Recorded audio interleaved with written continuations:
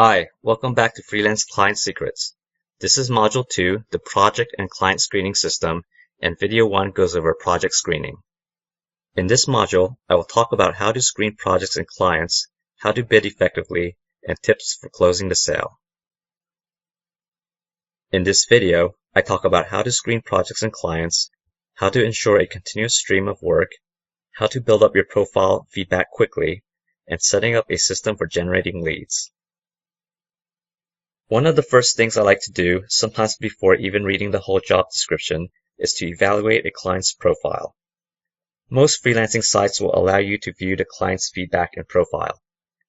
Pay attention to the comments and feedback left for the client, as well as feedback that the client has left for other contractors. Also, take a look at the payment amounts for past projects and payment history if available. Later on, you can interview your clients, and as your feedback ratings grow and your ability to get good projects improves, be more and more selective about which clients you take on. So now I'm going to talk about general versus niche projects. Basically, general projects are projects that just about anyone in your field can do. For web developers, for example, putting up an HTML site is a simple example of this type of project. And for a writer, writing about a topic that can be easily researched is another example. Niche projects are more specialized and require special skills or knowledge. You definitely want to bid on these so that they show up on your profile and also so that you can build your portfolio of items for your niche. A good example is writing about search engine optimization or SEO. There is a lot of info about SEO on the web, but a lot of it is outdated or just plain wrong. So a general writer most likely won't be able to write intelligently about SEO if they don't already have a strong understanding of it. Small projects are projects that can be done quickly and easily. I recommend taking a lot of these when getting started to build your profile feedback, and don't worry about the amount too much since it is just a small project. Regular clients. Ultimately, you want to find at least some regular clients that will keep giving you work, which will reduce your need to go out and look for more work. Sometimes, depending on the client's needs, I will offer a better price for ongoing work, but that isn't always necessary. Now I'm going to talk about some projects I avoid. I discussed this in the Quick Start module, but here it is again. Number 1, low-paying and cheap clients. When you're getting started, you might have to take some low-paying clients, but as time goes on, you will want to avoid these. Usually most people can pay a reasonable amount even if they are not a company. But some people aren't willing to spend even a reasonable amount because they have a poverty mindset. These are the type of clients you want to avoid. Number 2, for web design projects, I try to avoid foreign language sites because if I don't speak the language, then it is harder to understand what needs to be done or remember website addresses and things like that. Number 3 is irritable and unreasonable clients. Some clients seem irritable and unreasonable, and sometimes you can tell when you first start communicating with them during the interview process. If I get a bad vibe early on, then usually that's a good indication that you might want to move on. 4. I try to avoid rush jobs. It is easier to miss a deadline if complications arise and disappoint the client if the deadline is tight. Although, if you are confident that you can do it quickly and well, rush jobs can be a good opportunity. And finally, anything that is beyond my current skills. Although I believe in learning and challenging myself, it is risky to take on a project that you are not sure you can do.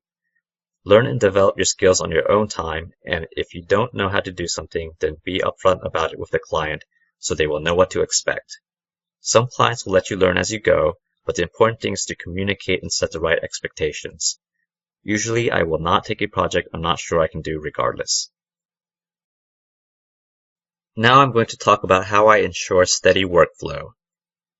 Firstly, you want to bid regularly even if you are currently working. Make it a habit to search for jobs and bid on them and try to even do it at the same time every day. You want to make sure that this is a continuous process so that you don't experience feast or famine cycles like other freelancers. I like to use what is called the kitchen timer method. So basically, you get a cheap kitchen timer which should cost $10 or less and set it for an hour. For that 1 hour, you spend that time focused on looking for jobs. This is actually a good productivity tip for getting other stuff done. If you are overbooked, only then should you stop bidding.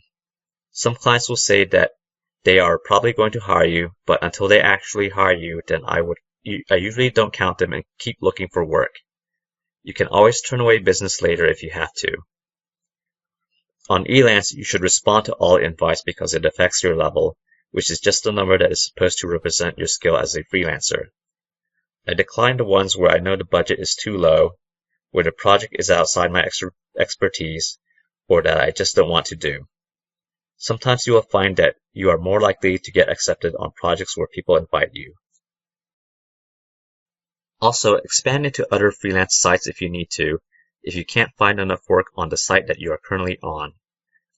I don't think you will need more than 2 freelancing sites maximum, and sometimes it is a good idea to diversify where you are getting your work online.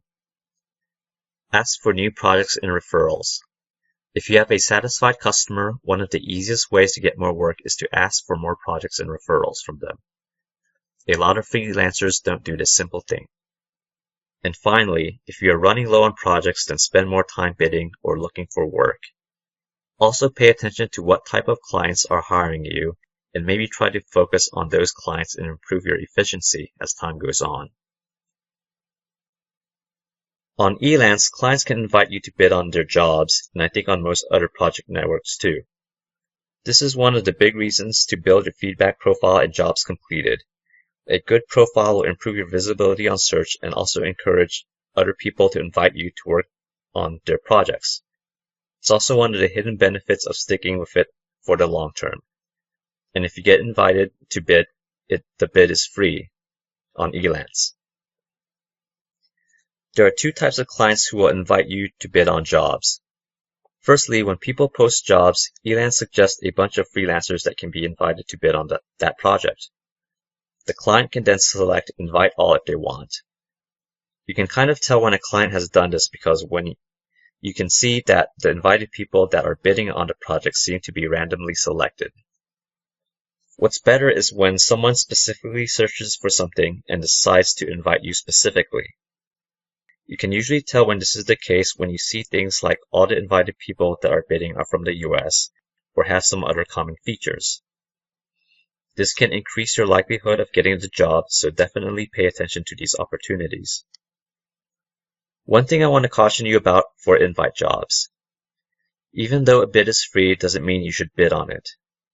Before bidding, think about whether you would have bid on it if it were not a free bid. If not, then you might want to consider declining it. In the early days, I used to find myself bidding lower than normal to meet the client's budget, just because it was a free job invite. So I recommend you be careful about falling into that trap just because you got invited and you have a free bid. Now I'm going to talk about setting up a system for bidding on new projects. Document any processes including search terms to use, templates, portfolio items, and answers to frequently asked questions. You want to be able to quickly copy and paste stuff when needed and also remember the exact steps you need to do certain tasks.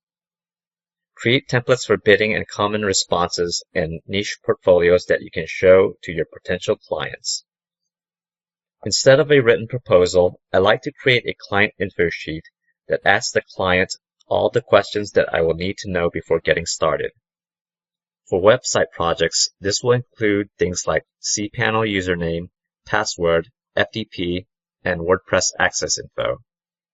For an article writer, you might not even need to do this, but for more complex projects like website design, the client info sheet is a huge time saver.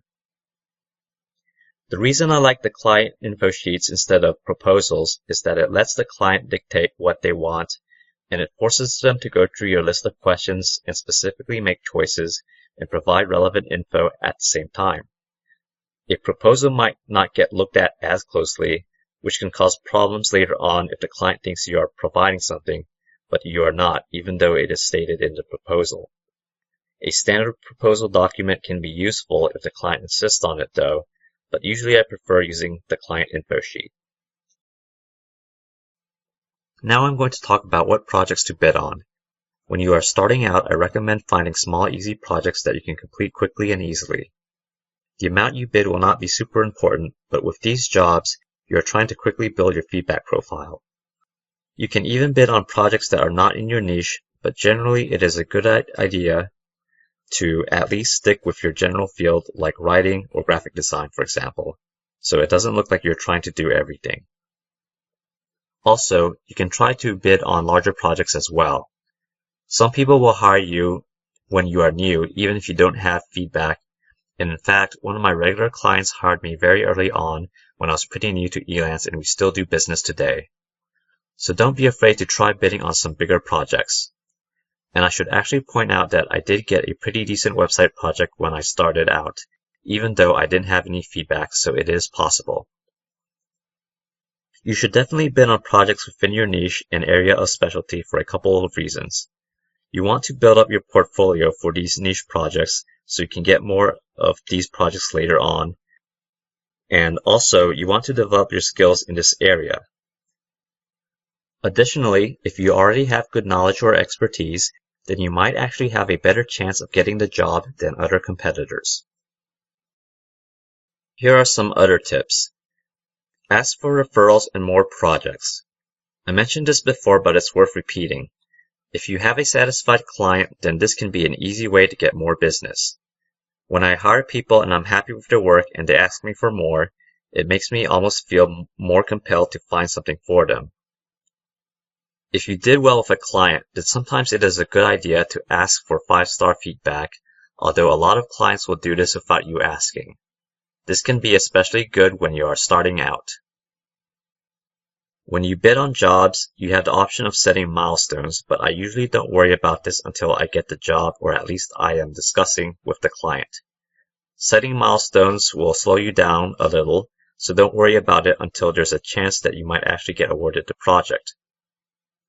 And finally, pay attention to how long you spend bidding on and evaluating a job.